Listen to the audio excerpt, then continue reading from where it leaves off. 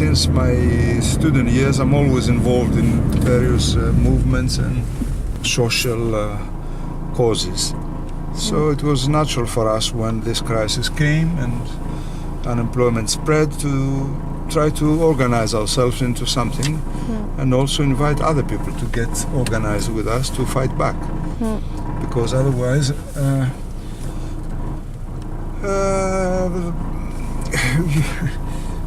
look, if you are a man and you lose your job, you feel that you lose the world. So it's a major psychological need that you need to do something to get out of this psychological problem. Depression is really around the corner from unemployment.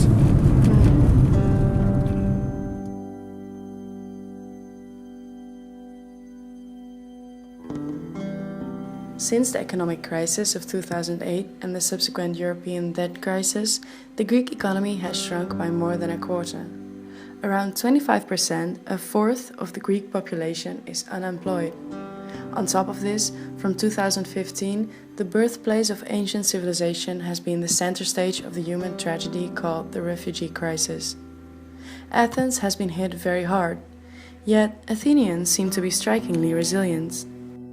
We are right in the middle of Solidarity Square in Piraeus, and right behind there is our main building, one of the three buildings we have in Piraeus. There's another building further down the street where we hold classes for children who have no money and want to educate themselves in foreign languages and also mathematics, almost everything. And we have a third building further down near the port where we have, which is used as a storeroom, as a warehouse, to serve the needs of our members, of the Solidarity members. The members of Solidarity are people, jobless people and homeless people who came together many years ago to work together in order to solve their problems. So it's not like a charity, someone is there giving to someone there. It's people who cooperate with each other in order to solve each other's problems, their own problems. Everywhere, solidarity has sprung up. Participatory societal initiatives that fill the void the bankrupt government left behind. A new model of organization and redistribution based on reciprocity and inclusive equality rather than charity is being installed bottom-up, as Solidarians explain.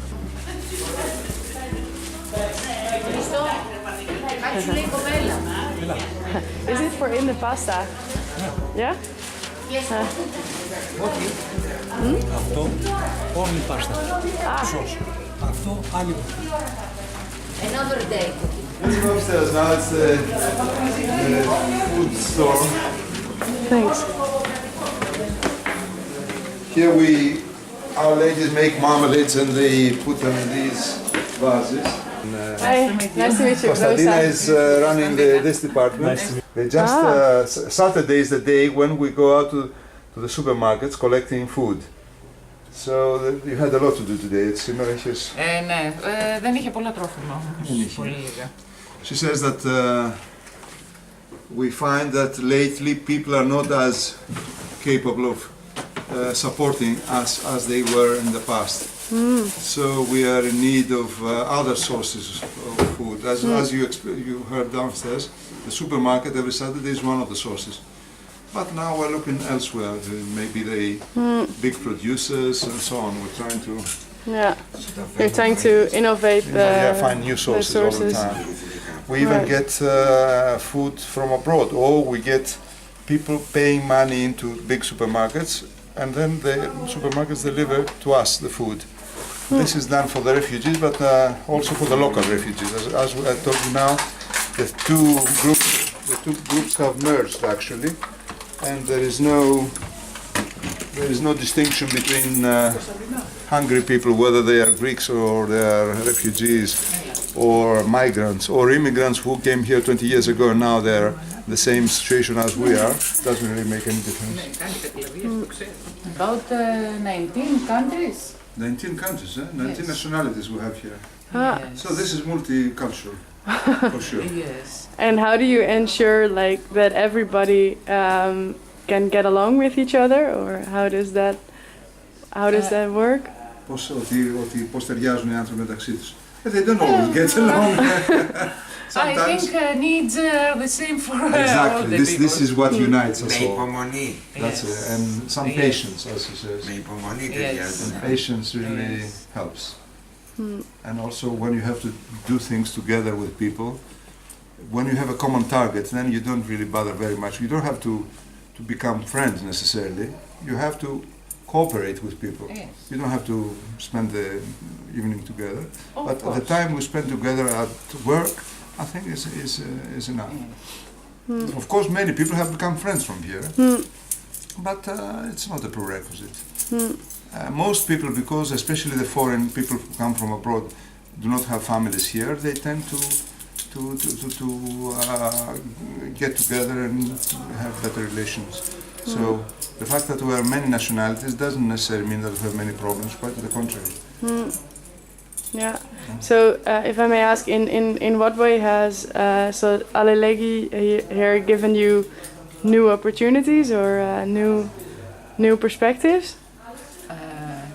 Με ποιο τρόπο η αλληλεγγύη σου έδωσε νέα προοπτική, ας πούμε,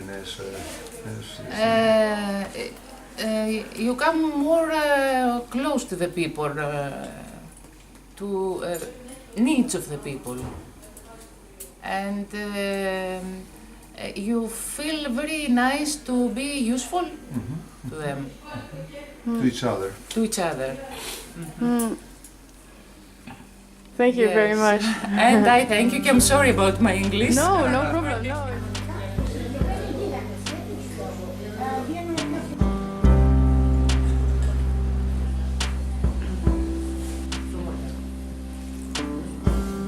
4 days a week, different members of Alilegi or Solidarity Paris cook together, either outside in the open on Solidarity Square, where they also organize movie nights in summer, among others, or inside the building, like Elizabeth, Helena, and Dimitra do. Άντε στο καλό, καλή όρεξη. Ευχαριστώ. Καληνύχτα σας. Καλό σήμερα. When the refugees start arriving, they arrived. The figures were huge. I mean, this activity here involves maybe 500 families. Where the refugees start arriving in thousands every day. So the staff we had in our warehouse here for the local people just went in 1 or 2 days. So we made a call to people all over Greece for contributions, and we made an arrangement with one of the major courier companies here, and they, not just one, a few of them, offered to do it for free. So anybody in any city of Greece would go to his nearest courier office and deliver whatever he had, and they would bring it to us here in the port. And when we didn't have enough space in the port or in the Solidarity warehouse here, we got a warehouse in the former airport, Athens International Airport, nearby in an area called Eliniko, which we still operate. And at first what we were doing at the port was just seeing people through the port. They came on the very early ships, so we were waiting there, and we would take them into a big building that we had been given by the Port Authority as a basis for as a welcome station, and we would take care of them by offering food, clothes, medicine, medical care. We had showers for everybody and all that. And then after 2 or 3 hours they would leave happy with their buses to the northern borders, which then were open, and in a few days they would be in Germany. That was the good thing of those days. But this lasted only up to February, from summer 2015 to February 2016. Then, as you probably remember, the borders were closed, and these people were stuck in the port, and we found ourselves running an ad hoc, a makeshift camp in the buildings which were designed as waiting rooms for the people traveling by ships. And this grew and grew, and we reached about 5,000. The maximum we reached was 7,000 for a few weeks, but most of the time it was 5,000 people living there. So many people sleeping also in the waiting rooms. Yes, all the waiting rooms of the port were given for that purpose, and also we, as they were not enough, we asked here and abroad for donors to send us tents, which we distributed, and people lived in tents in the port, in between the stations, the waiting room buildings. And the problem at that time was that the state was not able for the first 3 months to provide food. I don't know exactly why, because we were not an official camp, so they could not spend money on that. So at first we had to rely very much on donations from private sources. People from the neighborhood would bring us food, and also the local restaurants and the local churches, foreign churches, supermarkets would order, well, now talking about cooked food, portions. Before, when they were just passing through, we gave them biscuits and this stuff, which we call travel food, and everybody was sending us. But then when they stayed here, we had to ask for portions of food, and it was amazing how much response we had, and we were able to have 10,000 portions per day, 5,000 for lunch and 5,000 for dinner of cooked food, and part of it was cooked locally, because there were groups like ours, solidarity groups from all over Athens, who used to cook for the homeless. They came and cooked in the port for the refugees. And it was really a miracle what happened. Yeah. At some point the government moved in and started sending us food through a catering company, and our agony came to an end, because it's a great agony to have the responsibility of finding food for people. It was too much for us. Just not officials or anything, just volunteers. Because we were working in the port for the previous period, we found ourselves handling this situation.